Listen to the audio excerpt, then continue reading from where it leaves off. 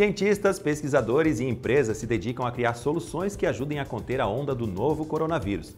No programa de hoje, vamos conhecer algumas dessas inovações que nasceram aqui em Santa Catarina, como a testagem em larga escala para identificação de casos da doença.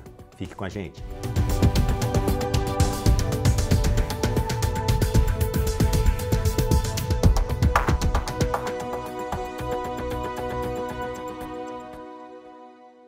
Somos uma referência quando se trata de tecnologia e inovação, mas também em Santa Catarina a crise na saúde e nas empresas provocadas pela pandemia do novo coronavírus tem sido um desafio.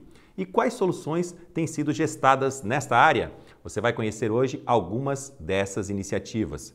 Conosco aqui no estúdio estão Eric Muchelak, que é superintendente geral da Fundação CERT em Florianópolis, e também Iomani Elgman Gomes, presidente da Associação Catarinense de Tecnologia, a ACAT, também graduado em Ciências da Computação pela UFSC e empresário. Sejam muito bem-vindos de forma digital aqui conosco, né? Obrigado por aceitarem o convite do Santa Inovação aqui na TVA. Obrigado também pela oportunidade. Ok. Obrigado também. A primeira pergunta vai para ambos, né? Vamos começar com o Eric, depois o Iomani pode complementar para a gente. O que tem surgido de novo no segmento de tecnologia, ligado principalmente à questão da saúde, que a gente está falando, né? Falando aí de startups, empresas incubadas, de empresas já consolidadas, nas incubadoras e nos centros de tecnologia. Eric. Aqui em Florianópolis nós temos algumas empresas trabalhando na área de nanotecnologia, para combater os efeitos do coronavírus ou até o próprio vírus, né? Nós temos uma empresa lá no Celta que tem um produto, ele é baseado em nanopartículas de prata e de zinco, que quando passado numa superfície qualquer, ele permanece ali, ao contrário do álcool, né, que depois que evaporou ele não tem mais efeito. Uhum. Esse produto ele permanece na superfície por dias, mesmo que você limpe com detergentes e qualquer outro produto, e ele mata os vírus assim que eles encostam naquela superfície. Então ele evita a transmissão dessa forma. Isso serve para tecidos também, né, Eric? Para uniformes em hospitais, para utilização, não só para superfícies sólidas, né? Sim, exatamente. A segunda aplicação que eu iria falar agora, aplicado em tecidos, ele tem esse mesmo efeito nos tecidos e ele permanece por várias lavagens daquela roupa, né? E ele tem o poder de matar qualquer vírus. Ele não é só pro coronavírus, qualquer vírus, ele mata assim que o vírus encosta naquela roupa. Perfeito. Né? Isso é só uma das iniciativas, né? Essa é uma das iniciativas. Uma outra empresa também, lá do Celta, ela tem um produto chamado, é um nome meio estranho, nanomelaleuca. Ele é voltada para o mercado de pets, né, para você higienizar os pés do teu pet depois que você fez um passeio com ele na rua, evitar que ele traga algum vírus para dentro de casa. A atuação é parecida. Numa outra direção, tem a empresa que trabalha com aparelhos para ozônio, né, que também higienizam o ar e matam quaisquer bactérias e vírus que tenham no ar.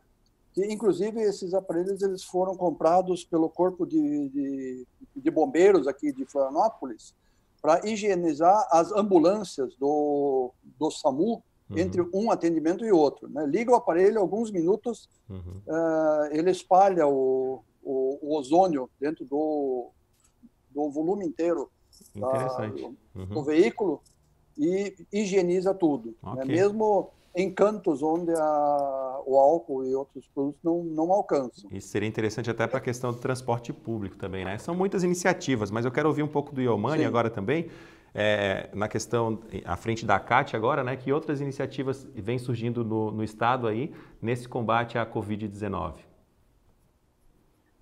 Perfeito. Bem, acredito que o Santa Catarina está muito bem servido de inovação nesse momento, né? Eu dividiria aqui as soluções em 3 grandes blocos, tá?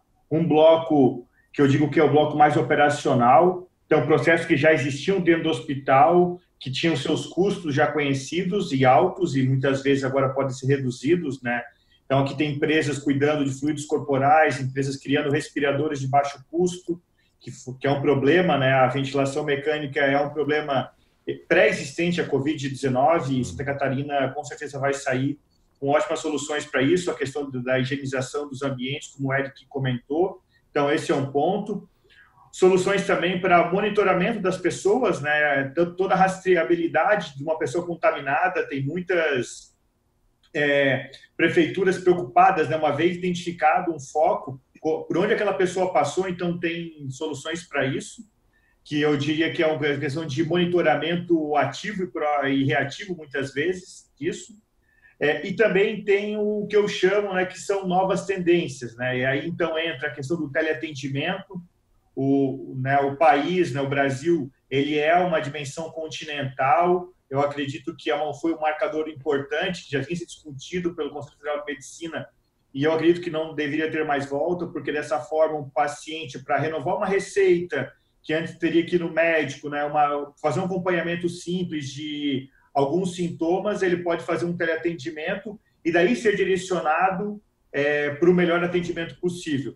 E, conjuntamente com isso, algumas demandas novas, como é o caso da saúde mental, né? Nós vivemos num momento de ineditismo, de isolamento, que muitas das pessoas, principalmente as pessoas nas pontas, né? Os mais jovens e, eventualmente, as pessoas mais idosas, que são de altíssimo grupo de risco, nunca passaram por uma situação de estar tão isolados dos seus entes queridos. Então, soluções também para monitoramento, né, da saúde mental das pessoas. É um outro pilar aí que surgiu durante essa pandemia. Interessante. Santa Catarina, como sempre, saindo na frente quando o assunto é tecnologia e inovação, não seria diferente agora, né? Eric, eu gostaria de saber de você sobre a realização de testes moleculares de detecção, né, da Covid-19 em massa. Essa é uma das novidades aqui, né?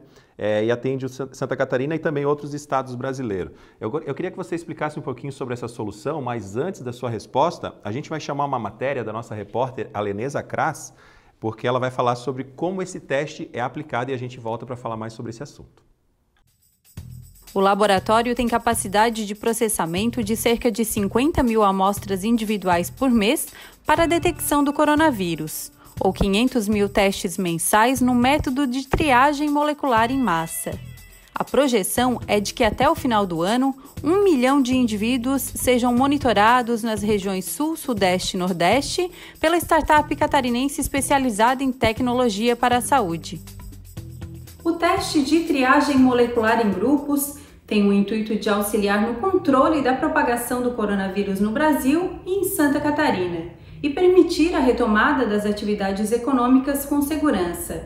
Na capital, por exemplo, foi possível testar os trabalhadores do transporte coletivo urbano. Neste tipo de testagem, caso o resultado seja negativo para o grupo, todos são liberados com apenas um único teste. Com isso, a gente faz com que a capacidade analítica, por exemplo, de um laboratório que teria potencial de triar, analisar 1.000 indivíduos num dia, passe para 16 mil indivíduos. E com isso, a gente consegue fazer um teste em escala, com um custo reduzido, permitindo com que, por exemplo, de uma forma muito rápida, uma indústria possa implementar um programa de monitoramento, principalmente dos indivíduos assintomáticos, que são aqueles que podem efetivamente causar surtos de forma silenciosa dentro da indústria. Conhecido como teste em pool, ele testa ao mesmo tempo as amostras de até 16 pessoas.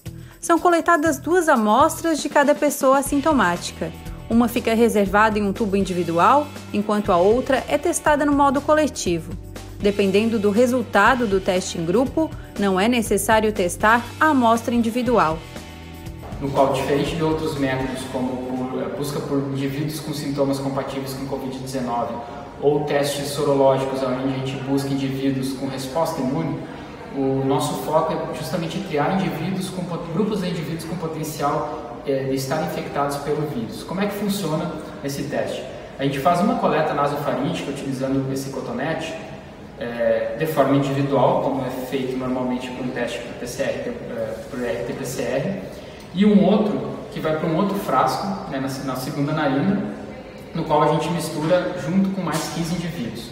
Como a concentração viral do vírus está aqui nesse suave, quando a gente coloca no frasco junto com mais 15 suaves, por exemplo, essa concentração viral ela não se dilui. E com isso, o resultado desse grupo é muito parecido com o resultado individual. Isso faz com que, por exemplo, a gente possa ir para o laboratório, começar analisando esses grupos, identificar os grupos negativos e parar por aí o processo e analisar só aqueles grupos que são positivos, de forma que a gente pega todos os indivíduos que pertencem a esse grupo e faz as análises individuais coletadas primeiramente.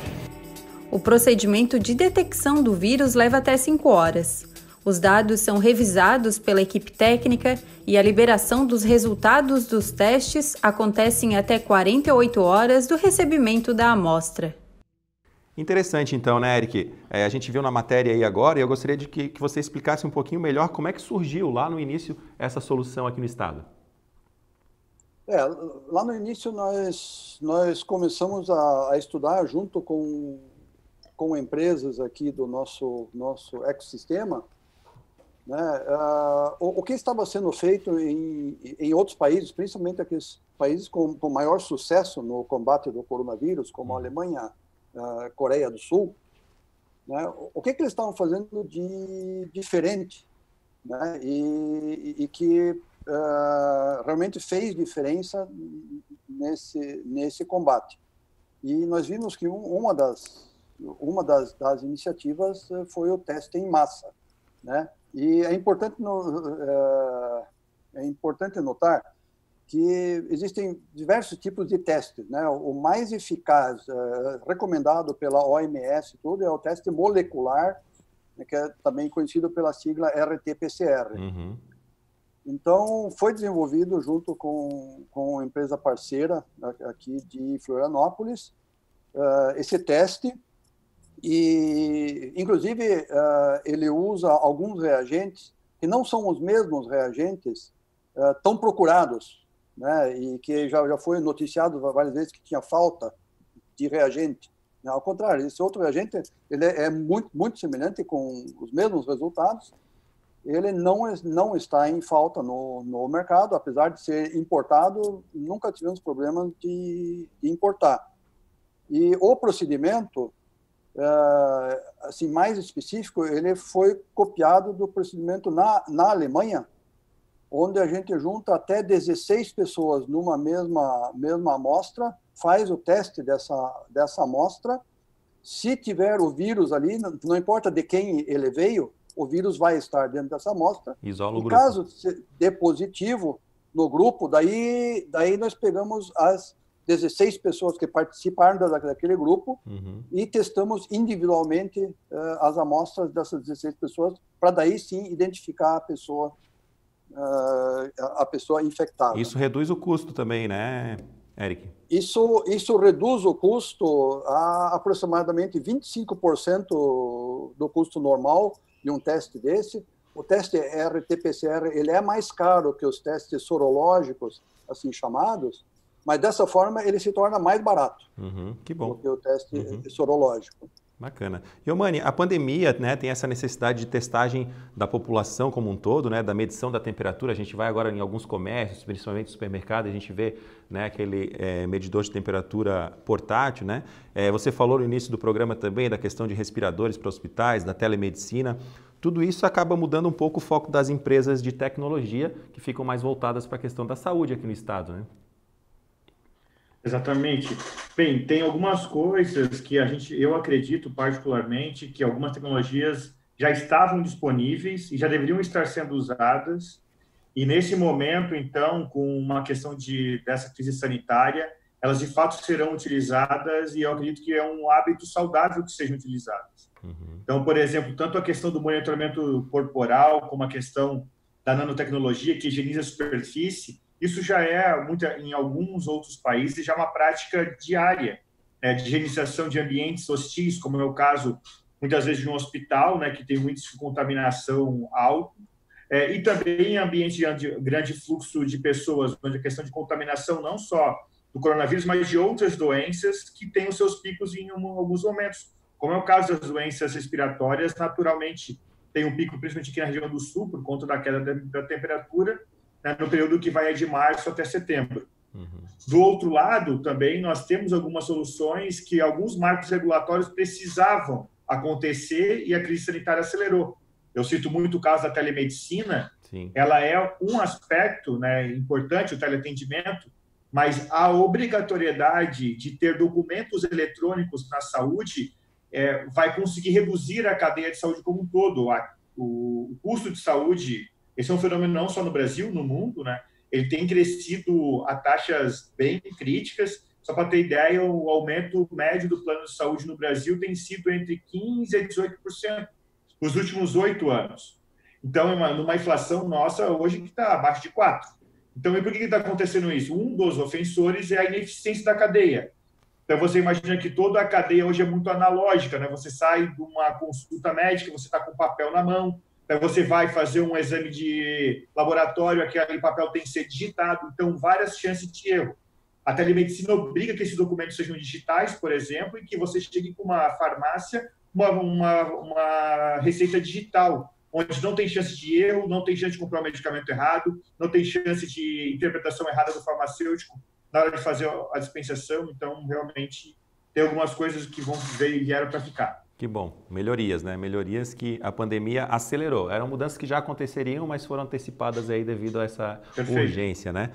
Eric, já existe assim algum movimento, alguma iniciativa falando aí no sentido da preparação para um processo de imunização? Agora a gente está falando da questão da imunização. Isso quando surgir aí a vacina, que pode demorar aí 1 ano ou mais, né? Algumas empresas aqui de Santa Catarina já estão se preparando para isso, não? Eu não conheço nenhuma iniciativa concreta. Né, tem se falado alguma coisa a esse respeito, mas de concreto ainda é uma coisa muito para o futuro, nada concreto. E com relação ao desafio da área da tecnologia e da inovação, né, para encontrar soluções ou mesmo vencer esse período de crise aqui em Santa Catarina, por exemplo, questão de demissões de muitas empresas que estão passando, né, como que vocês enxergam essa questão? Pois nós agora iniciamos um programa lá na CERT para ajudar as empresas a saírem da crise mais rapidamente. Né? Então, nós escolhemos alguns setores empresariais aqui no estado. Por exemplo, o setor têxtil, ele é muito significativo, né? Praticamente 25% de todos os empregos industriais gerados no estado são da indústria têxtil, né? Isso espalhado em mais de 9 mil empresas. É um setor muito importante para o estado e que está sofrendo muito, né? E não é só por estarem fechadas, mas é porque as lojas e os shoppings no Brasil inteiro eles estão fechados, eles não têm. Mesmo que eles pudessem produzir, eles não têm para quem vender. Perfeito. Né? Então, nós estamos montando estratégias para oferecer para esses setores industriais para ter uma recuperação mais rápida após a crise. Tá certo. A gente vai fazer uma breve pausa aqui no programa Santa Inovação, mas, Iomani, eu já deixo no ar aí a questão de incentivos que o Eric já começou a abordar, né, na Fundação CERT, mas eu sei que a CAT também tem iniciativas nesse sentido e o próprio governo federal tem alguns incentivos até para startups, né, que empresas do estado podem participar também. Até final de julho vai ser divulgada essa lista das empresas que venceram essa questão, né? E eu quero ouvir um pouquinho de você e do Eric também a respeito desses incentivos aí para as empresas, que nesse momento é bem importante. Você que não saia daí, você que está na TVA acompanhando o programa Santa Inovação, hoje estamos falando de soluções da tecnologia contra o coronavírus, a Covid-19, principalmente iniciativas aqui catarinenses. Não saia daí, voltamos já já.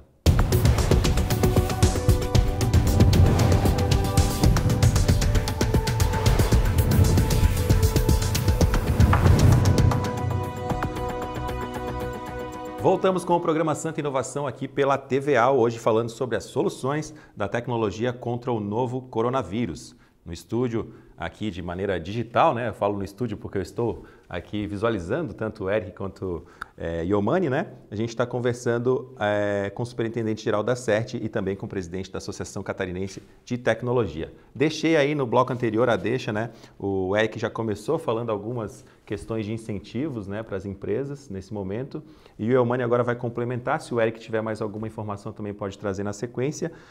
A gente sabe que tem um incentivo aí do governo federal, se eu não me engano, de 15 milhões, que agora de julho, vai ser divulgada a lista das empresas que vão receber esse recurso, que varia de 100 a 500 mil reais para cada empresa, voltado para startups. E, Omani, além dessa, que outras iniciativas, principalmente aí da CAT, estão sendo realizadas? Bem, legal para ver como que o ecossistema catarinense ele é extremamente complementar, né? O Eric falava antes da importância de ter soluções para acelerar a retomada econômica de alguns setores mais impactados. A CAT, como uma associação de tecnologia, nós olhamos mais as temáticas que impactaram as empresas.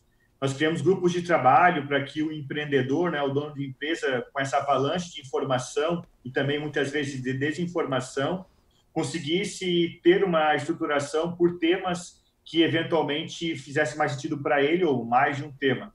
Então, um deles foi a questão financeira, onde nós reunimos todas as linhas de crédito disponíveis, tanto de nível estadual quanto de nível federal. Isso envolvia desde linhas de crédito e também as questões tributárias associadas, né? Postergação de impostos, né? Impostos muitas vezes estaduais e federais, para que ele conseguisse atravessar isso, né? Conjuntamente com isso, nós aceleramos também uma linha de crédito para as startups, que é o Fundo Garantidor. Muitas vezes, os bancos tradicionais, eles têm como, né, faz parte do sistema econômico financeiro brasileiro, você ter garantias, e muitas vezes o empreendedor de uma pequena empresa não tem garantia real, que seria um apartamento, um imóvel. Do outro lado, diferentemente da indústria de transformação, que são, né, as indústrias que têm equipamentos, a área de software e tecnologia muitas vezes não tem equipamentos para dar como garantia ao empréstimo. Então, esse fundo é basicamente para isso, para ser essa garantia, onde as empresas, a gente conseguiu atender mais de 100 empresas.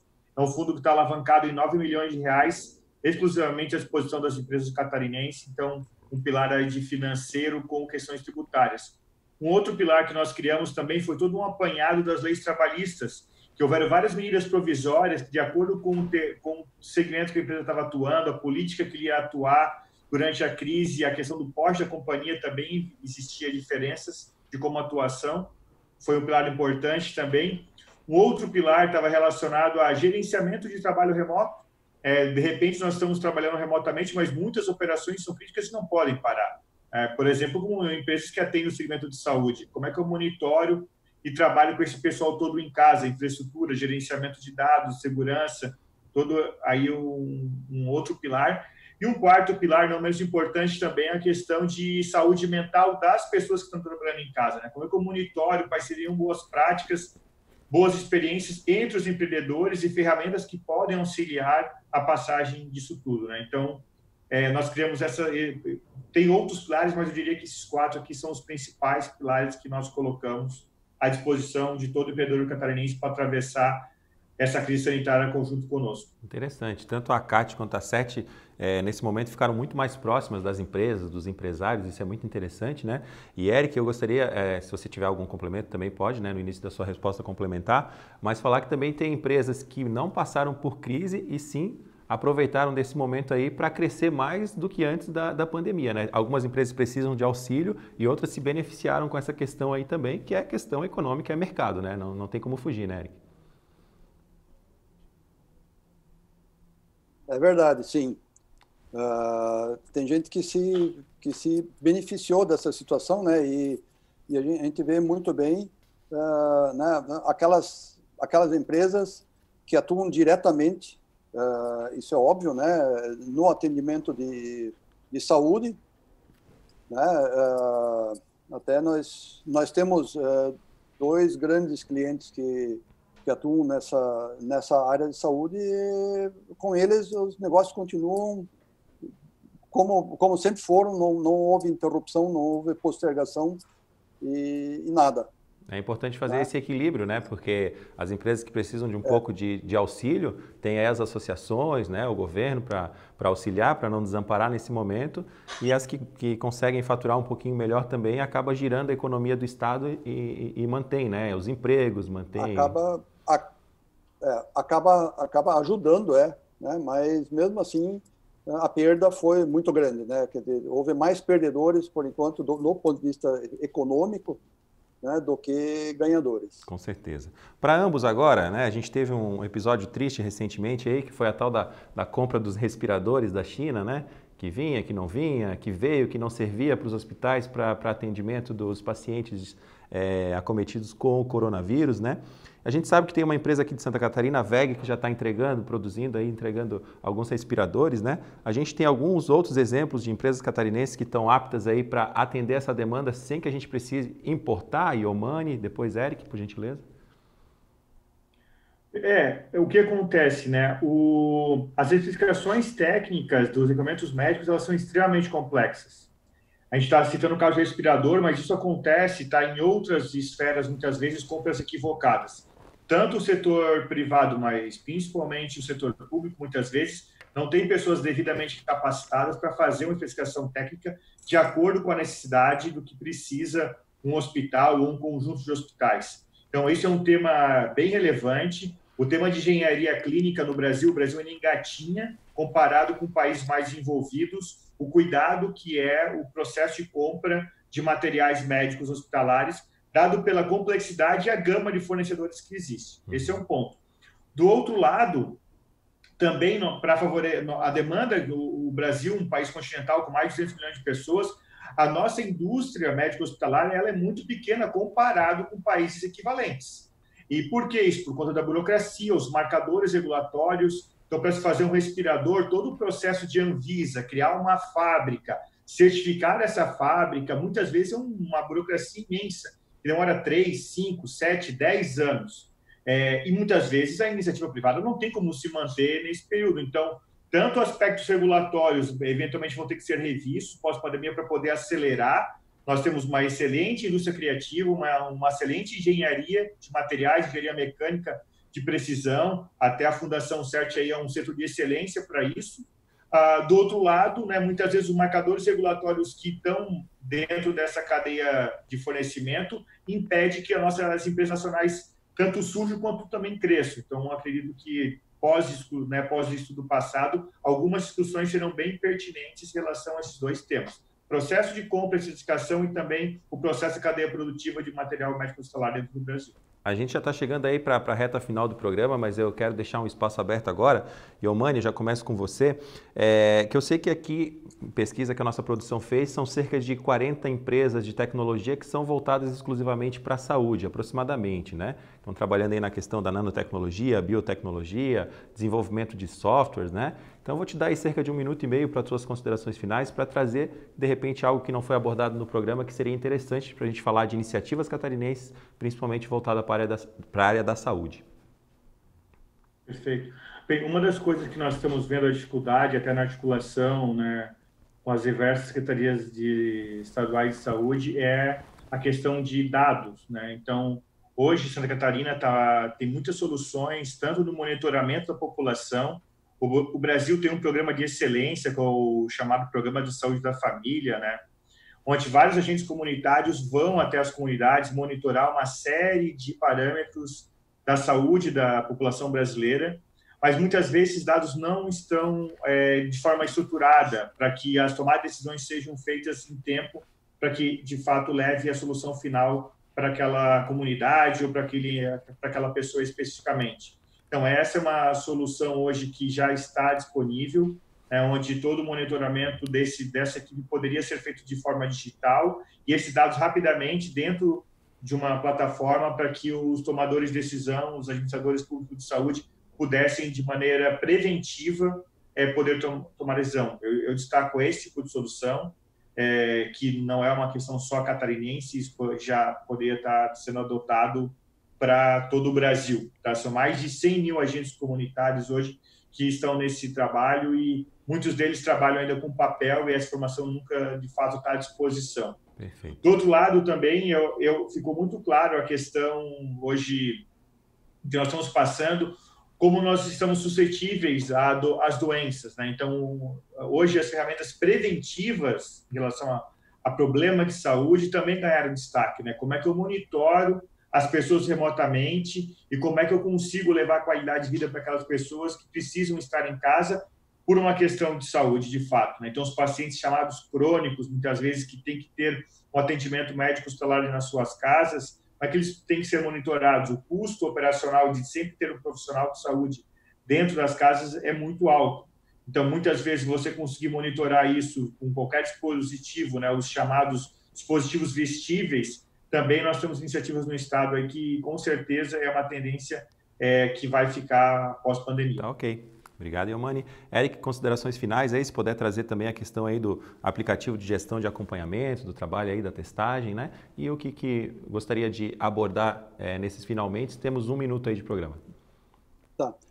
O aplicativo de acompanhamento desses testes que foi desenvolvido lá na CERT, né, ele simplifica muito o trabalho de testagem, porque a pessoa já se cadastra pelo celular antes, né, simplesmente lê o QR Code do tubo onde é feito, onde é coletada a sua amostra e tá tudo resolvido, né? Muito mais rápido do que preencher uma planilha e depois ter que digitar essa planilha, esses dados todos, e é mais preciso, né? Evita muitos erros. Certo.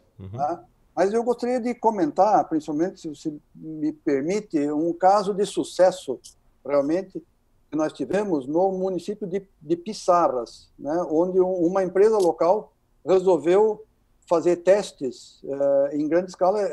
Ela mais do que triplicou o número de testes que tinham sido feitos no município até aquele momento, e identificou um grande número, mais de 60 pessoas, totalmente assintomáticas, só que infectadas pelo vírus. Essas pessoas estavam transmitindo sem saber, né, no convívio, indo na padaria, no supermercado, onde quer que fosse, né? E essas pessoas foram identificadas e orientadas daí para a Secretaria de Saúde para se afastarem do convívio das outras pessoas e parar o ciclo de contágio. Usar esse case de Pissarras aí para ampliar para o estado, para o país, para a gente evitar, né, esse contágio. Exatamente. Tá certo. Infelizmente a gente está com o tempo aqui encerrado, teríamos muito mais para conversar, né? Quem sabe numa próxima oportunidade a gente marca novamente. Agradecer então o Eric. Estamos à disposição. Tá certo. Agradecer o Eric Muchelak e Iomani Elgman Gomes, da ACAT, e o Eric, que é superintendente-geral da Fundação CERT. Muito obrigado pela participação de vocês e a você que nos acompanhou aqui na TV Aula também. A gente volta em breve com mais um programa Santa Inovação. Até lá.